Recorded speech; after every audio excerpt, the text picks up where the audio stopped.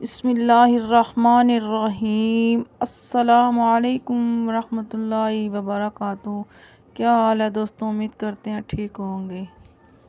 نماز کے بعد ہم کو کیا پڑھنا چاہیے؟ ہر فرض نماز کے بعد کی دعا، ہر فرض نماز کے بعد یہ دعائیں پڑھ لیجیے۔ استغفر اللہ استغفر اللہ استغفر اللہ ایک مرتبہ، اللہم انت السلام و منک السلام تبارکت یا ذا الجلال والاکرام ایک دفعہ یہ پڑھنی ہے۔ مکمل نماز کے بعد تسبیح فاطمہ پڑھنی چاہیے، اور وہ یہ ہیں: 33 دفعہ سبحان اللہ، 33 دفعہ الحمدللہ اور 34 دفعہ اللہ اکبر پڑھنی ہے۔ فجر کی نماز کے بعد 11 دفعہ سورۃ اخلاص آگے پیچھے 3 دفعہ درود شریف کے ساتھ پڑھیں، اس سے شیطان دور رہتا ہے۔ 7 دفعہ اللہم اجرنی من النار آگے پیچھے 3 دفعہ درود شریف کے ساتھ پڑھیں۔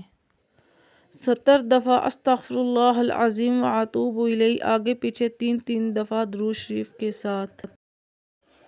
111 دفعہ صلی اللہ علی محمد صلی اللہ علیہ وآلہ وسلم درود شریف پڑھیں۔ 70,000 فرشتے رحمت کی دعا کرتے ہیں یہ درود شریف پڑھنے سے۔